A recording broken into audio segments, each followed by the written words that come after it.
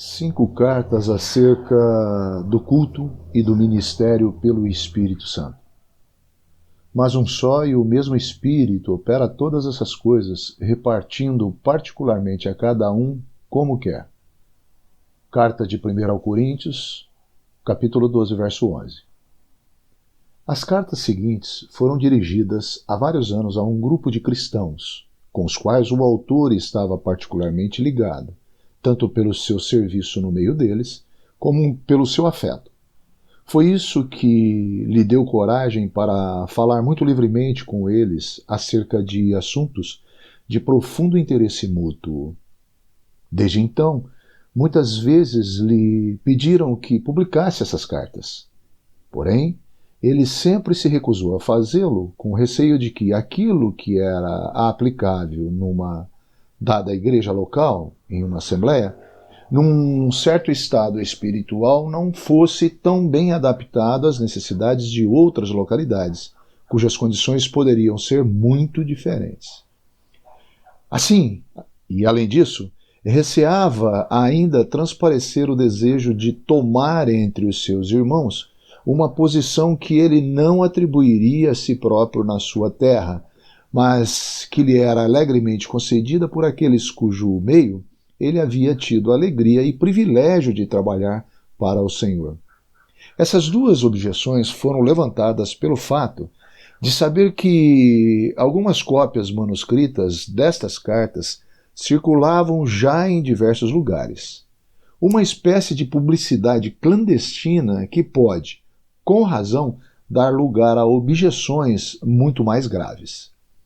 As facilidades que um tal modo de circulação apresentam à difusão de erros mortais são, certamente, suficientes para preocupar aqueles que levam a sério o cuidado das almas, zelosos por difundir a verdade. É por essa razão que as 5 cartas seguintes são publicadas, para que sua circulação oficial alcance a todos indistintamente. As suas alegações poderão ser submetidas à prova infalível da Santa Palavra de Deus. E se elas contiverem algo contrário aos seus ensinamentos, ninguém ficará mais grato do que o autor pela correção dos seus erros, tomando por medida aquela pura e perfeita regra da verdade. 15 anos de várias experiências contribuíram para enraizar e fortalecer a convicção de que a marcha e a posição assimiladas nessas cartas são de Deus, quaisquer que tenham sido as falhas dos homens que as adotaram.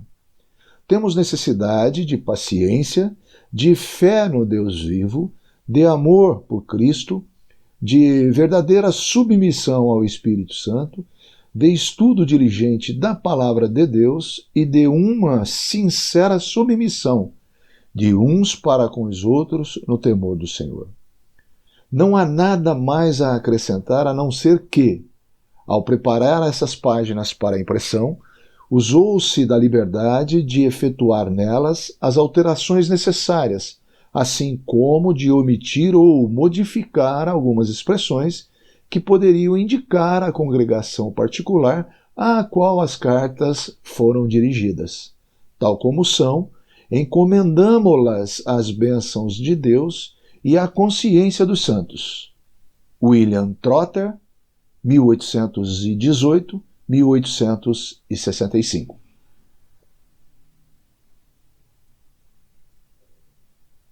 Primeira carta. Deus presente na Igreja.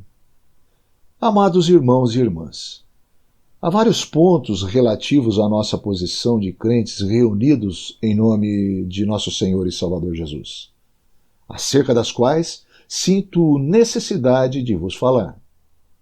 Escolho este meio para fazê-lo porque assim vos ofereço maior facilidade de examinarem e pesarem maduramente o que vos será dito. Facilidade essa que, provavelmente, não teríeis em conversas com discussões ou em discussão livre a que todos pudessem assistir. Ficar-vos-ia, porém, muito grato de um tal debate, ou se um tal debate viesse a ter lugar, Se o Senhor para isso inclinar os vossos corações, pois que tiverdes examinado e pesado na sua presença os assuntos que agora submeto à vossa apreciação. Quando o autor se refere, depois que tiverdes examinado e pesado na sua presença, ele está se referindo ao Senhor em oração. Muito bem. Em primeiro lugar, quero recordar e mencionar a misericórdia de Deus para convosco, congregados no santo nome de nosso Senhor e Salvador Jesus. Somente posso inclinar a cabeça e adorar, lembrando-me daqueles momentos que de verdadeiro refrigério e de sincera alegria que Ele nos concedeu, passando-os juntos na sua presença, na presença do Senhor. A recordação desses momentos, enchendo o coração de adoração diante de Deus, torna-nos muito queridos àqueles com que gozamos de tais bênçãos. O vínculo do Espírito Santo é um vínculo real, e é nessa confiança que ele se inspira. E é nessa confiança que nós devemos nos inspirar, em amor de nossos irmãos. E também gostaria de, como vosso irmão e vosso servo, por amor de Cristo, expressar sem reserva o que me parece ser de suma importância para a continuidade da nossa felicidade e de nosso benefício comum, assim como para o que é muito mais precioso ainda, a glória daquele em cujo nome estamos reunidos. Quando em julho último falamos e fomos levados pelo Senhor, como creio, a substituir a pregação do Evangelho no domingo à tarde por reuniões livres, como vinha ocorrendo, eu previra logo tudo o que depois se seguiu. Posso, pois, dizer que o resultado não me surpreendeu absolutamente nada. Há lições relativas à direção prática do Espírito Santo que não pode ser aprendida senão pela experiência.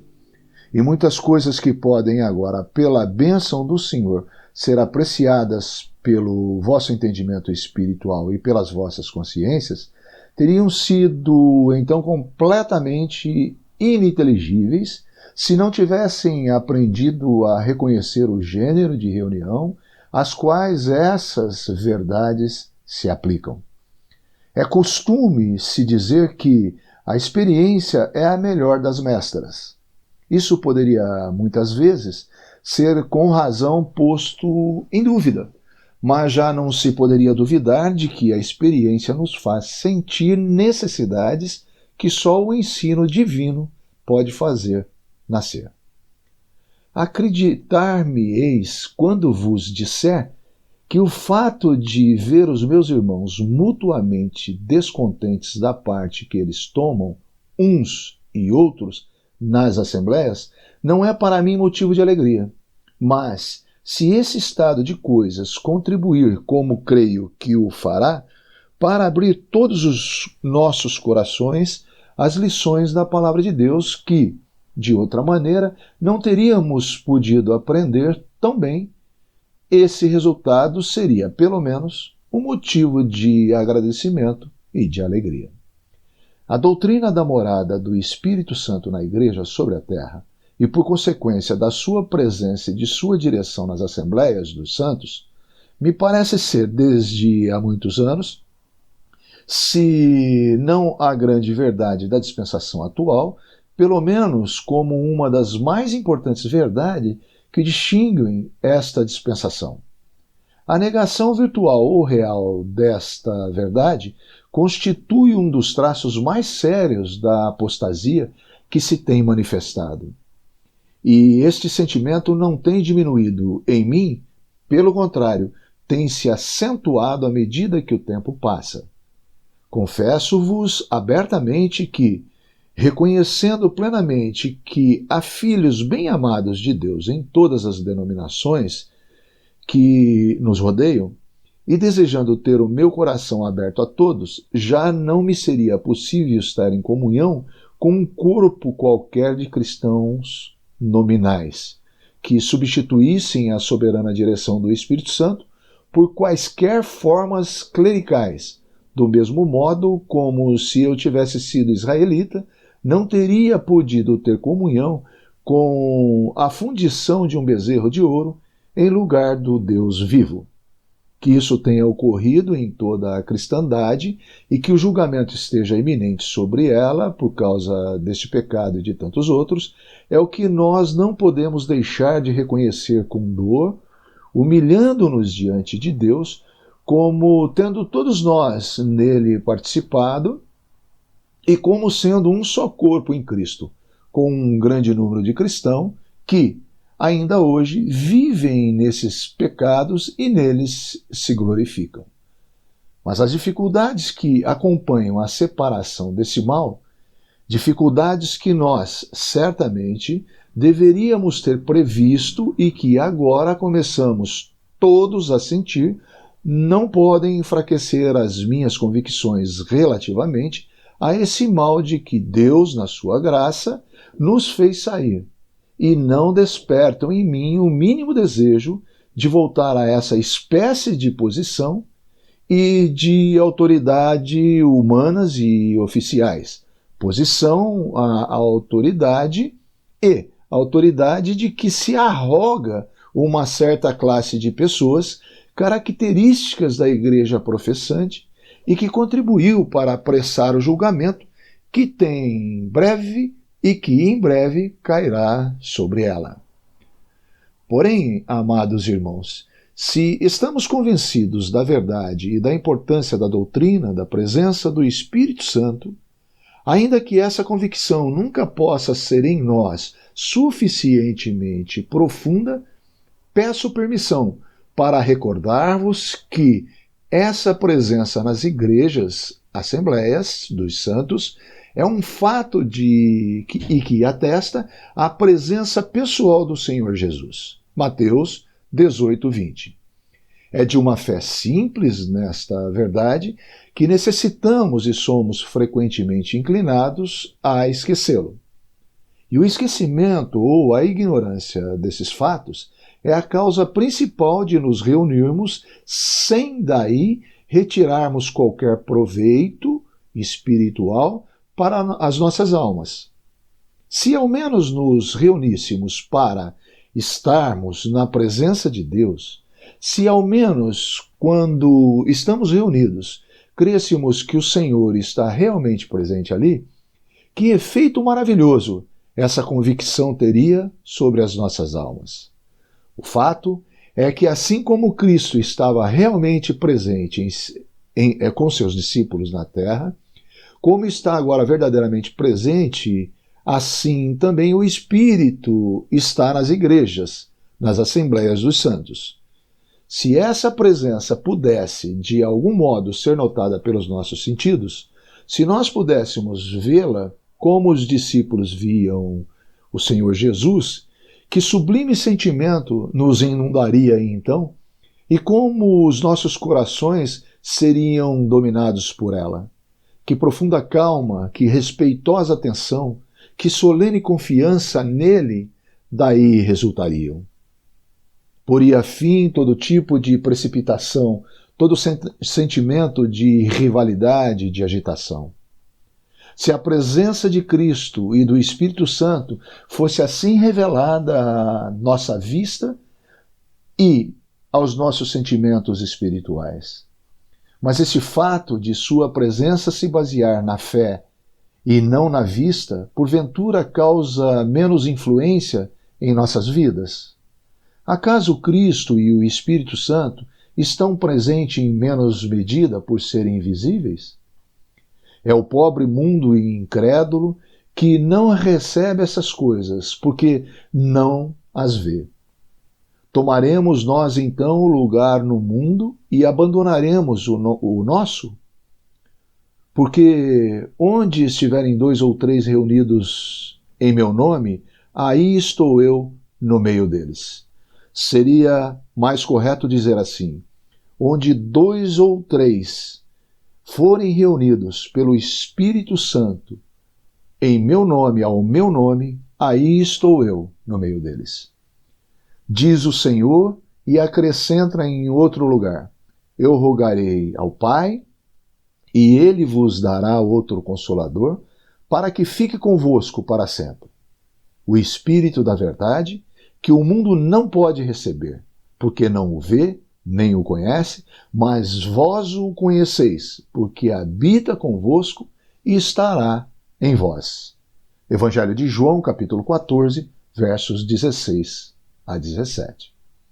Estou cada vez mais persuadido de que o que mais nos falta é a fé na presença real e pessoa do Senhor Jesus e na ação do Espírito Santo. Não houve épocas em que essa presença se manifestava no meio de nós como um fato concreto? E quão bendito eram então aqueles momentos! Podia haver longos hiatos de silêncio. Mas como eram eles utilizados? Em depender verdadeiramente de Deus e em esperar seriamente nele. Não houve inquieta agitação para saber quem oraria ou quem falaria. Não se utilizava esses momentos para folhear as Bíblias ou os inários para encontrar algo que nos parece conveniente ler ou cantar. Tampouco se deu lugar a ansiosos pensamentos sobre o que pensariam desse silêncio aqueles que estavam lá como visitas ou assistentes. Deus estava ali. Por isso, todos os corações aguardavam a indicação certa do Espírito Santo e o que ele qualificaria. A liberdade do ministério provém da liberdade do Espírito Santo em distribuir a cada um individualmente, como lhe apraz. 1 Coríntios 12, 11. Mas nós não somos o Espírito Santo, e se a usurpação do seu lugar por apenas um indivíduo já é uma coisa intolerável, que dizer então da usurpação desse lugar por um certo número de indivíduos, agindo somente porque têm liberdade de agir, e não por saberem que só se resignam com a direção do Espírito Santo? Uma fé verdadeira na presença do Senhor Jesus poria ordem em muitas coisas. Não se trata de guardar silêncio apenas por guardar silêncio, ou de que alguém se deva abster de agir unicamente por causa da presença de um ou outro irmão. Preferiria que houvesse toda espécie de desordem, a fim de que se manifestassem o verdadeiro estado das coisas, a senti-las refreadas pela presença de um indivíduo. O que realmente se deseja é que a presença do Espírito Santo seja concretizada de tal maneira que ninguém interrompa o silêncio a não ser sob sua direção.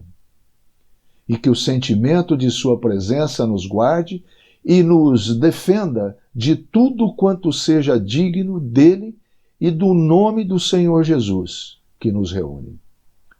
Sobre uma dispensação, lemos a exortação seguinte: guarda o teu pé quando entrares na casa de Deus, e inclina-te mais a ouvir do que a oferecer sacrifícios de tolos, pois não sabem que fazem mal. Não te precipites com a tua boca, nem o teu coração se apresse a pronunciar palavra alguma diante de Deus, porque Deus está nos céus e tu estás sobre a terra, pelo que sejam poucas as tuas palavras. Eclesiastes, capítulo 5, versos 1 e 2. E por certo, se a graça em que estamos nos tem dado mais livre acesso à presença de Deus, não devemos usar dessa liberdade como uma desculpa para a falta de respeito e para a precipitação. A presença real do Senhor no nosso meio deveria certamente ser um motivo ainda mais premente para uma santa reverência e um piedoso temor do que o pensamento de que Deus está no céu e nós na terra. Pelo que, tendo recebido um reino que não pode ser abalado, retenhamos a graça pela qual sirvamos a Deus agradavelmente com reverência e piedade, porque o nosso Deus é fogo consumidor. Hebreus, capítulo 12, versos 28 a 29.